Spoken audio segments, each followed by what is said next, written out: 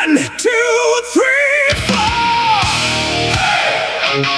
Harana lang daw, pero bakit iba ang nangyari?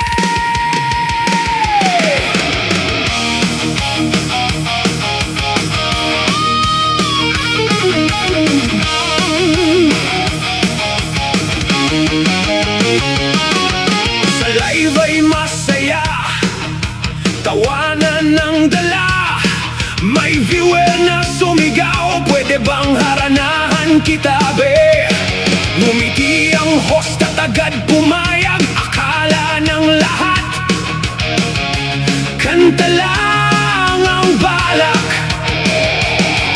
Kantahan ang live ni host, hininto. Naghintay ng harana ni ANGKOL WAN. Imbes na awitan at haranahan, iba pala naging tema ng usapan.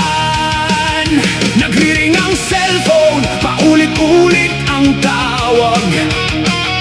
Hindi man lang nasagot, tuloy ang umulan. Nagtataka ang jowa kung nasaan na siya. Busy pala sa harana na may ibang sigla. Harana ni ANGKOL WAN, akala mo'y kundi man.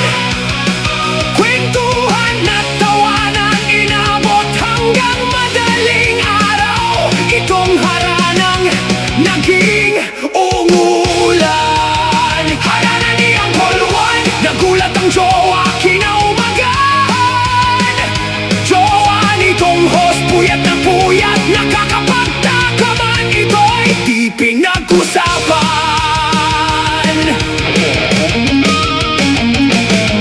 Sa live ay masaya, tawanan ng dala. May viewer na sumigaw, pwede bang haranahan kita be? Ngumiti ang host at agad pumayag. Akala ng lahat, kanta lang ang balak. Kantahan ang live ni host, hininto. Naghintay ng harana ni ANGKOL WAN. Imbes na awitan at haranahan, iba pala naging tema ng usapan. Pero sa kabilang linya, may isang nag-aalala. Cellphone ay tumutunog, walang sumasagot pa. Kinaumagahan, si host ay nagalit nang tanongin ang jowa na anong pihit. Sagot niya'y harana lang yun.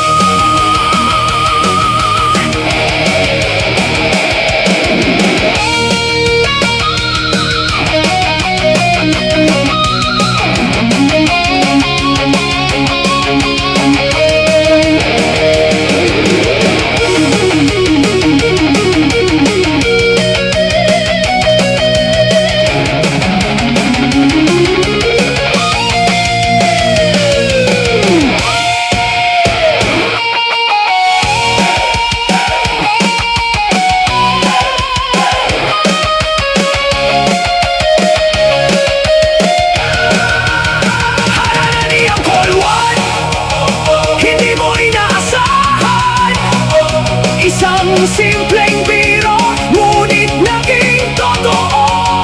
Harana ni ANGKOL WAN, naging unhulan. Harana ni ANGKOL WAN, mellow music ang tema.